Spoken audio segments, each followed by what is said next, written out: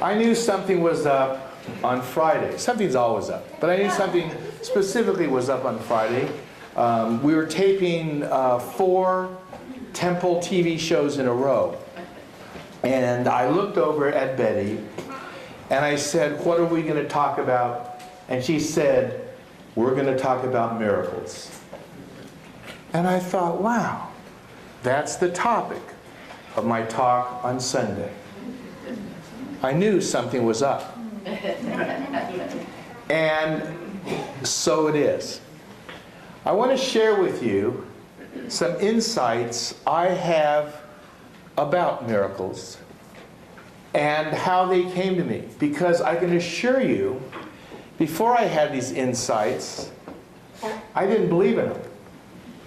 I had just grown up as in this culture, and miracles are by definition something that breaks the rules of what we think is normal.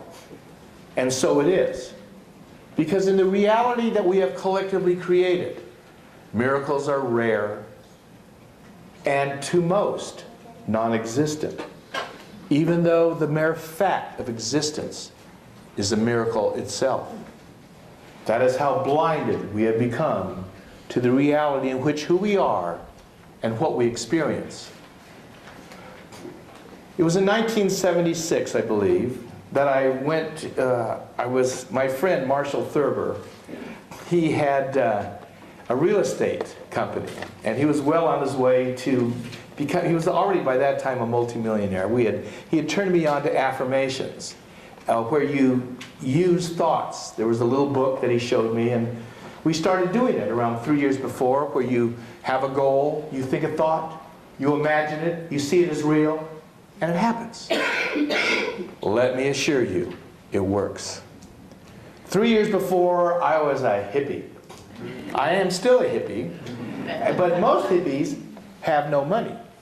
Why? Because if what you place your thoughts on becomes, let me assure you, hippies didn't think about money. We thought about many things, money was not one of them. And as a consequence, I was broke. And so when I ran across this book, telling me about if I put my thought on certain things it would have, money was obviously at the top of my list at that time. And because I was a hippie, I qualified it. My affirmation was, I'm retired by the time I'm 30. I mean, after all, money and work didn't seem to go together. There was no caveat that they belonged together. So I put the two, retirement and money, together. Every morning and every night I had my little cards. I closed my eyes and I imagined myself with a lot of money and not working. Marshall had his own list. 3 years later, Marshall had this real estate company. 3 years later, he was living next to Dianne Feinstein. He had a Rolls Royce, Corvette. His house was in Sunset Magazine. And I was a hippie. I had wealth and I wasn't working, which only set me up for what was going to happen next. If wealth in itself, and leisure in itself, and marriage, and children, and security was what we're here for, I had it.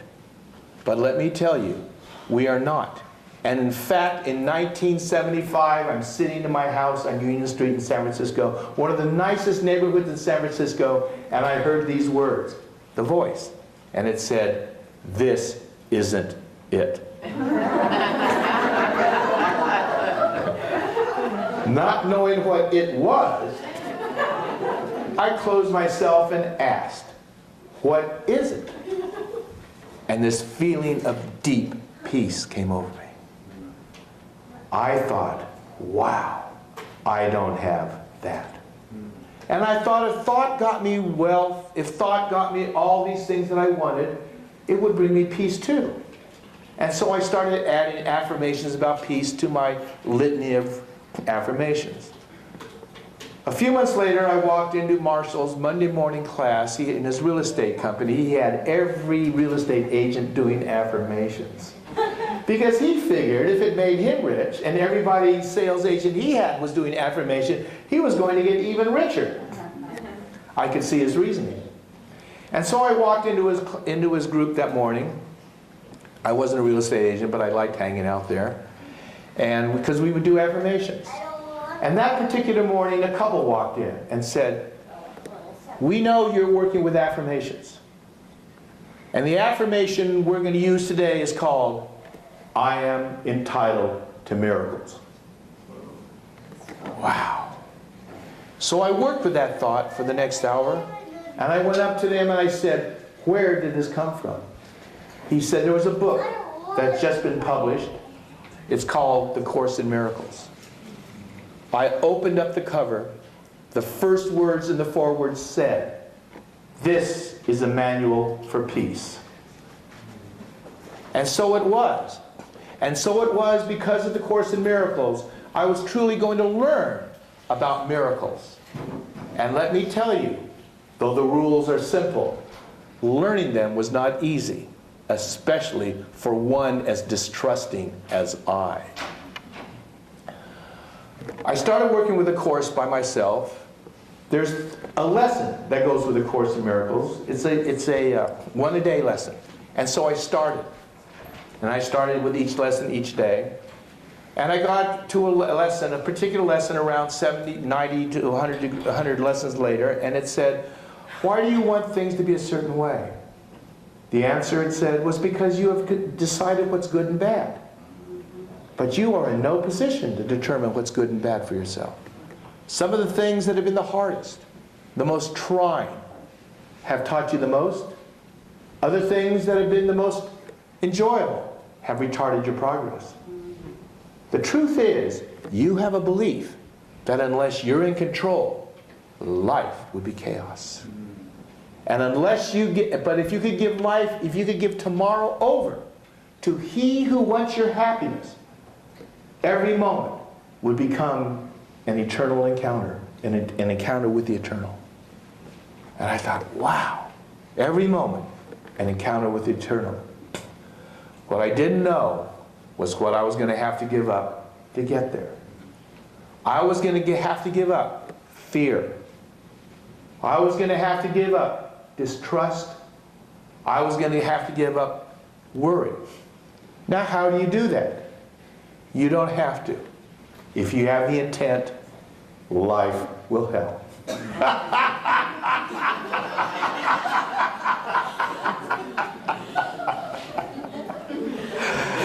I looked at those words and I thought, oh my God, what is this telling me to do? And I thought, I think it's telling me I have to trust and let go. And then I next thought, well, how do I control things? And my next thought was, your affirmations. So I thought, wow, I have to give up my affirmations. And so I did. And in the next 2 years, I lost everything and $250,000. That was lesson number 1. That led me to a place where I thought I had no money. I still had a cash flow. And then I was told that was going to end. Wow.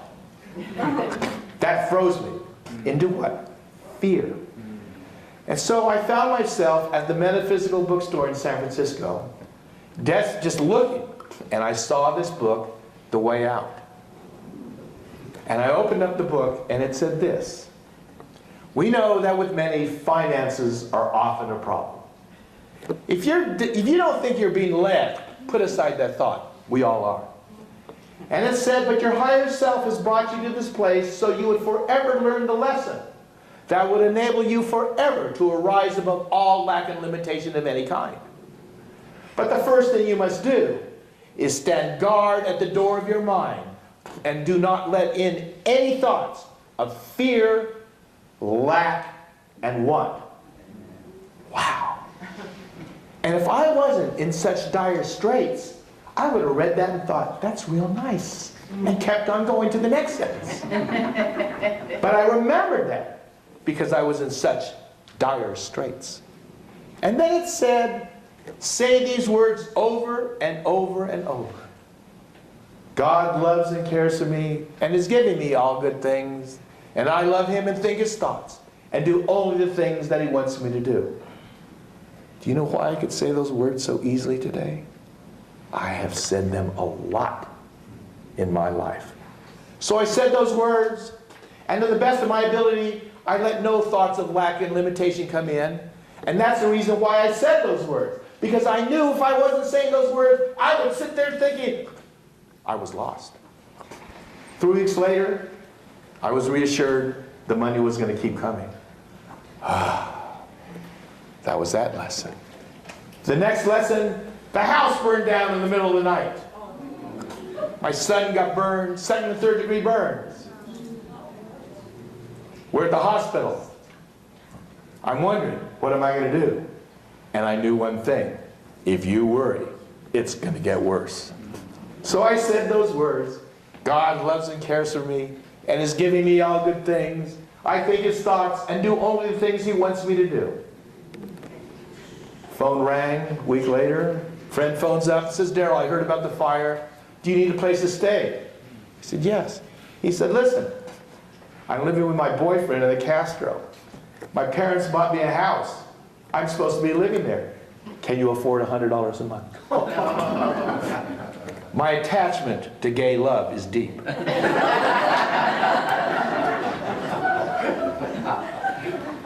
That was that lesson. And then, eventually, I ran into another lesson. A book, it told me that the reason why thought creates is because we're a part of God. That we of ourselves can do nothing. Even if you want to walk across the room, you think, I want to walk across the room, and your body takes you there. It says you have to understand that. You are powerless to do anything. Not that things can't happen. They do happen, but only because of your relationship to God. Which means anything can happen. Because as the Course in Miracles says, there is no order in difficulty to miracles. It is a miracle we are here today. It is a miracle that we are even conscious. It is a miracle that we've been created in the very image of God the Creator. And so given that last bit of information, I thought, wow. And it talked about affirmations, declaration, all the things. And I thought, oh, now I can put my little empire together again because I now know it all comes from God. And so we started writing these wonderful affirmations. Our children go to the perfect school. My wife at the time said, I go to Europe, Tahiti, blah, blah, blah, because we hadn't been traveling for a few years. 2 months later, we're walking down, there's an ad in the newspaper. A shopping center is opening up in Marin County, and the grand prize is a trip to Tahiti. We go down there, she comes in with her dessert, we rush down there, we're late, as usual, okay? And our friends with the Course in Miracles, Bill Tedford and Jules, were walking by. He's the one who typed the course. He was Helen Tedford's head of the department at Columbia. They smiled as we walked by. She won the prize. We went to Tahiti. Life was good. A year later, I was in a suite in Rome. A year later, my friend phones me, emails me from prison with the next lesson. Darryl, I just read this book. It's called Faking in Destiny. Incredible book. It's a metaphysical book. I go to the same bookstore that I had found the way out. I order the book, I get it, and I start reading it, and it says, your use of thought to create your reality is an inappropriate use of your power at this time. Much of what you learn comes through adversity. You're using the power of your thought to create the opposite of adversity, and you need some lessons. Holy smokes. So, I stopped my affirmations. 1 year later, the DEA, the FBI, the secrets, whoever was there, I didn't ask for their badges. There were a number of them. I was arrested, sent to prison. But on my way there, a miracle happened. I was talking to my friend. He came to see me in county jail. We'd gone to law school together. He'd become a lawyer. I became a criminal. And he had read about me in the newspaper. So he walks across to see me. And he goes, Darryl, what's going on? I said, I got my bail hearings the next day. And he goes, you're not getting out on bail. No one is. And I went, wow. So with that in mind, I'm talking to my girlfriend on the phone that night. And she says, she says, there was a book on my mother's desk. God is truly wonderful. She says it's called God Calling. And it's a series of messages from God to these women who were very strained up. Every day there was a message. She said, do you want to hear one? Sure. She opens up the book, and this is what it says. I have not forsaken you. Help is on the way. But you must let go and trust me completely. Am I your supply or not? Holy smokes. This was, as Billy Graham called, the hour of decision. This was my own personal truth time. I started laughing. So this is what it's all about. The next day at my bail hearing, Martha was there. My friends were there. I got out on bail. And my lawyer looked at everybody gathered. I was let off in chains. It takes a few hours to become free, as I now know, metaphysically as well. And she said, you have just witnessed a miracle. And so it was. There was a series of miracles that happened to me. One of which, while in prison, I had the experience, an exalted experience of union that was extraordinary. And I know that had I not been meditating as diligently I had in my little monastic cell every day, that experience would not have come to me.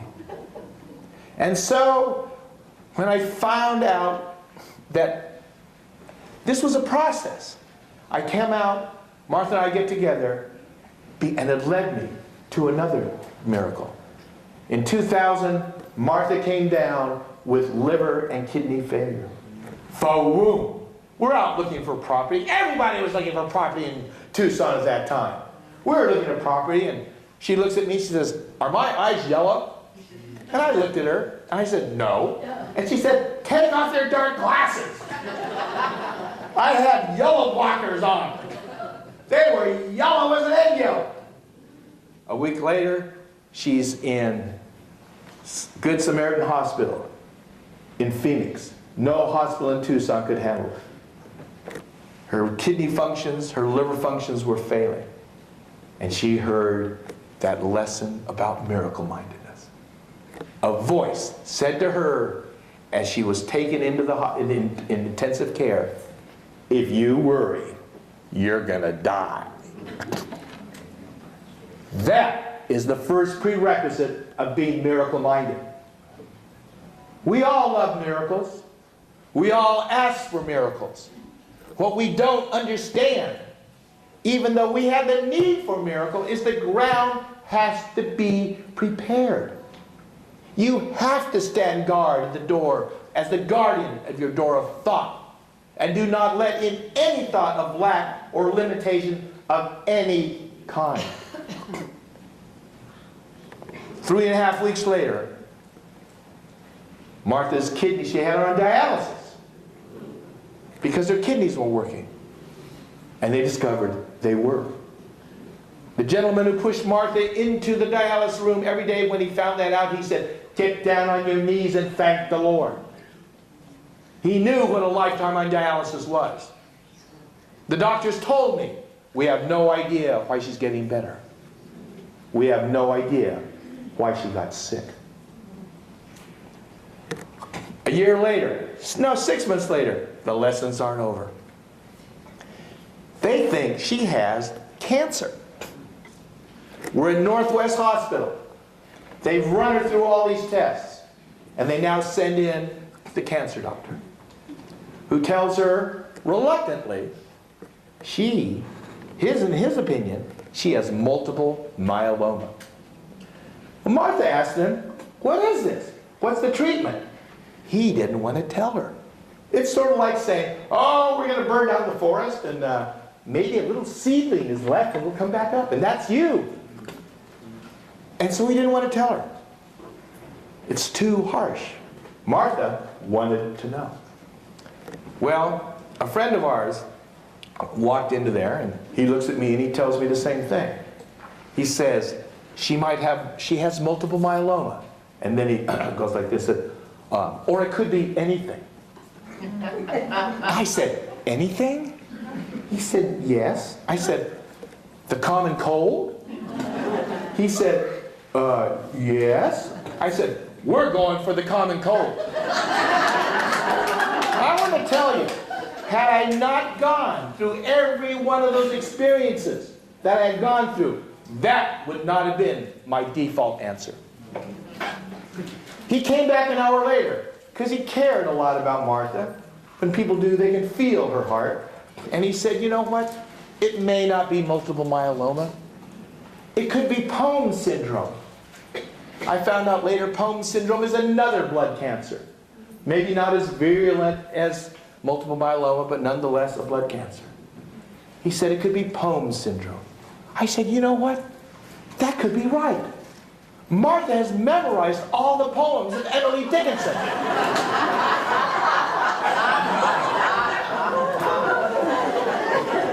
He had no idea what to make of us.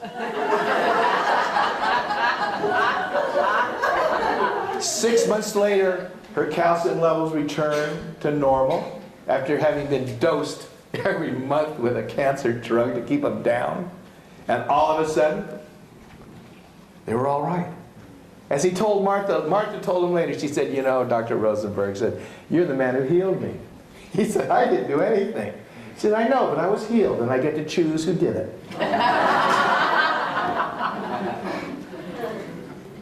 Then we ran into Bruno Gröning.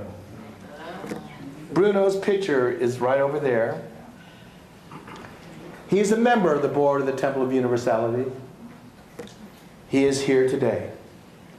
And how he came into our life was Walter Tresham. We were meditating at Diksha, we do it. And then the people who led it were going to India. And Walter goes to us, there's going to be a blah, blah, blah, blah, blah next Wednesday. We had no idea what that blah, blah was. We didn't need another spiritual discipline. Our life was sort of taken up as it was. We didn't know how great the capacity was until we actually came to the Temple of Universality, though. Life is sort of like an elastic band. You can get bigger. But we showed up, nonetheless, that next Wednesday because Walter asked us. And we go there, and we see this little video about Bruno Gröning, this healer in Germany after World War II, who healed thousands. As he said, he didn't heal him. God heals everything. He was just a little battery who could do it.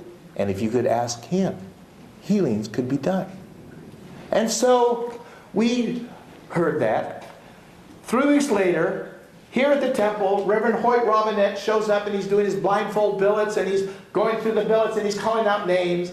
And the woman who had come down from Albuquerque, Marlise, happened to be in the audience, and he calls, and she knows it's her, and he goes to her.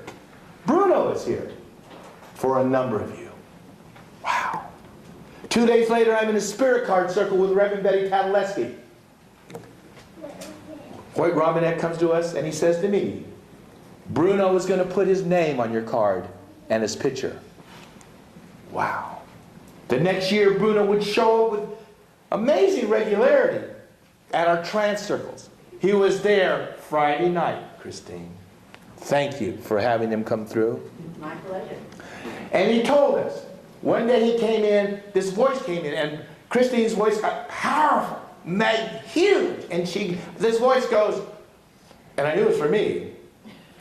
And I go, who are you? And the voice said, I am Bruno. And I thought, oh, it's our cat. We had a cat in spirit named Bruno.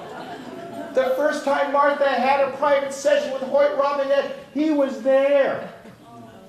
And he said, this is not your cat.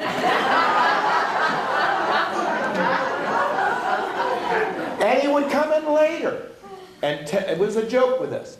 But that evening at the trance circle, he asked us if he was welcome at the Temple of Universality. And Betty and Inga, and they go, of course you are. And Bruno, because his last incarnation was German, said, no, I am asking if I am truly welcome at the temple. They, of course, said yes. He then informed us later that he now sat on our board of directors. Soon after that, my friend Marshall came by. He comes by in Tucson maybe once every 5 years, not often. He came by and he's staying with us. And he told us about a friend of his. We knew her. She was going through an extreme crisis at the time. Her daughter was born with this condition, and it was iffy, iffy, iffy. She had already been to the hospital twice in the previous 2 months, and she was just coming in for another bout. And if she was coming in, this was life-threatening, she might have to be there for a protracted period of time.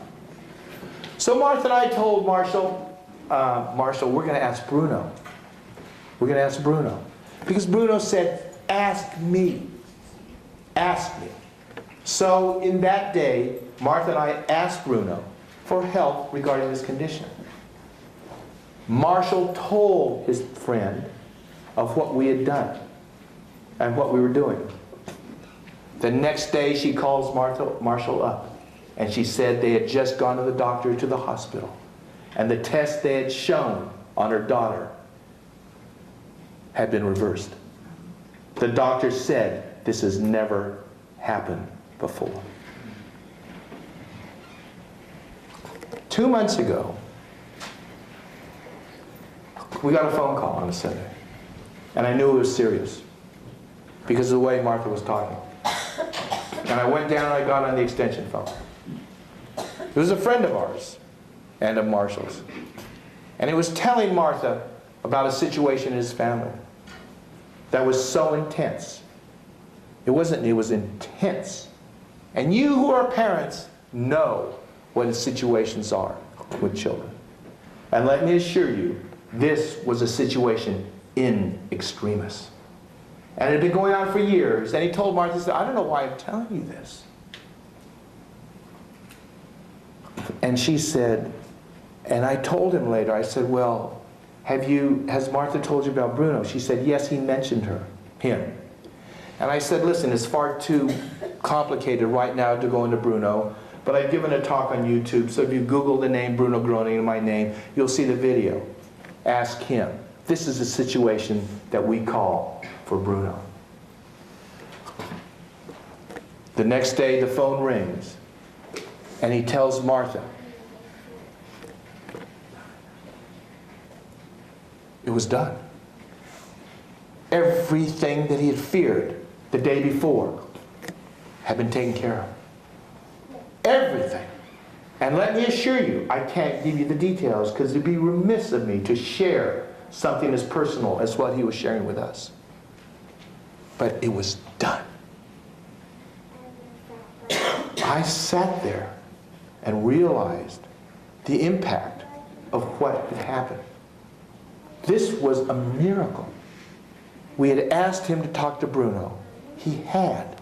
And the healing of the situation was extraordinary. Well, that was a month and a half ago. I want to tell you something about something today. I told Betty on Fun Wednesday I was going to tell her about it, but I was going to hold the punchline for Sunday. Something I usually can't do with Betty. But I told Betty before about a friend of ours that their son had cystic fibrosis. Cystic fibrosis is a congenital disease, so it's passed on through the body. And the person who has it has trouble breathing. And most die at a very early age. And so we did a healing. She asked for his name, we held hands, and we did a healing for James Reimer. I can use the name because it's on YouTube now.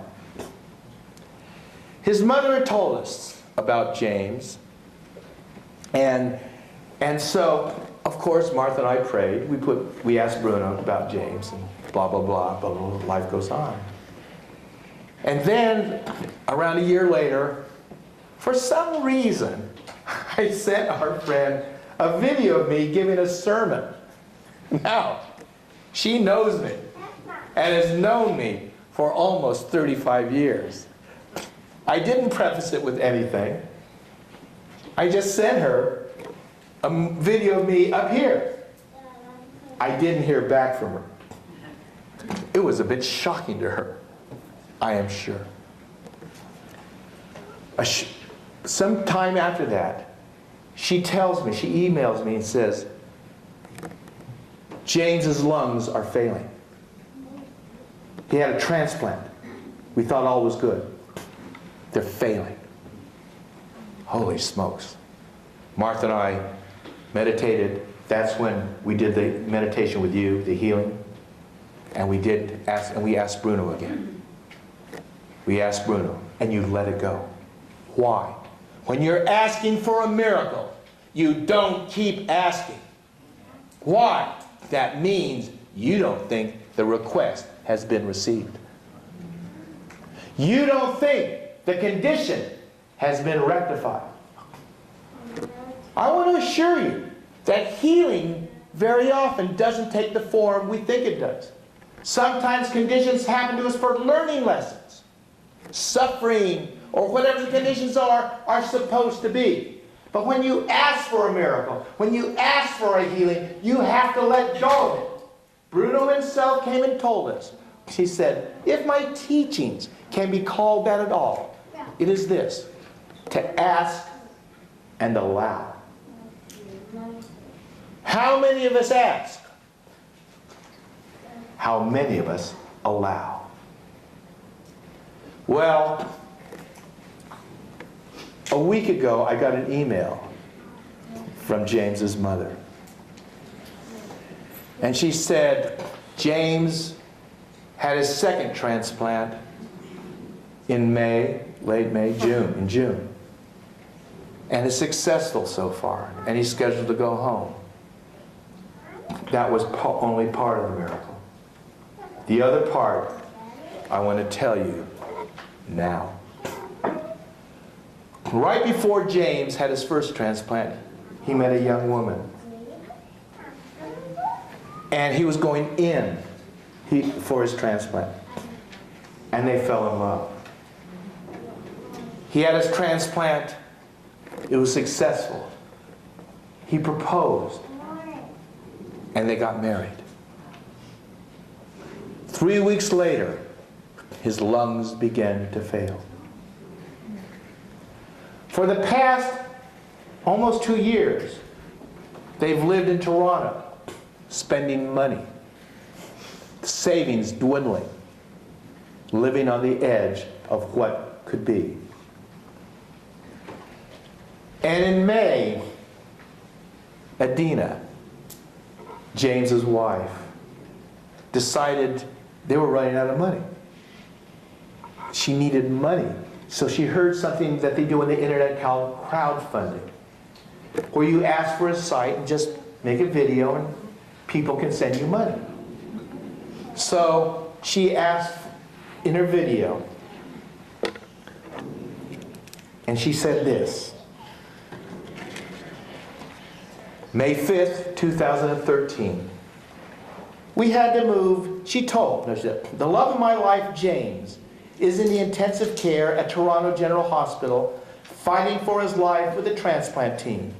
He has cystic fibrosis and developed bronchiolitis obliterans after a double lung transplant. James desperately needs a second transplant. He is on a ventilator and can no longer breathe on his own. He is fighting a serious blood infection and pneumonia. He will not survive without a transplant. We had to move across the country from British Columbia to Toronto. We are fundraising to pay for the year of living expenses in Toronto. The cost in Toronto is about $20,000 a year. We have been here almost a year and will be here indefinitely awaiting transplant and for 3 months of post-transplant care. James is on disability and does not even cover the cost of rent. I am unable to work as James's full-time support person. Our goal is $10,000 to pay for rent, medication, food, and transportation. She posted that video on the internet in early May. One of the sponsors of that site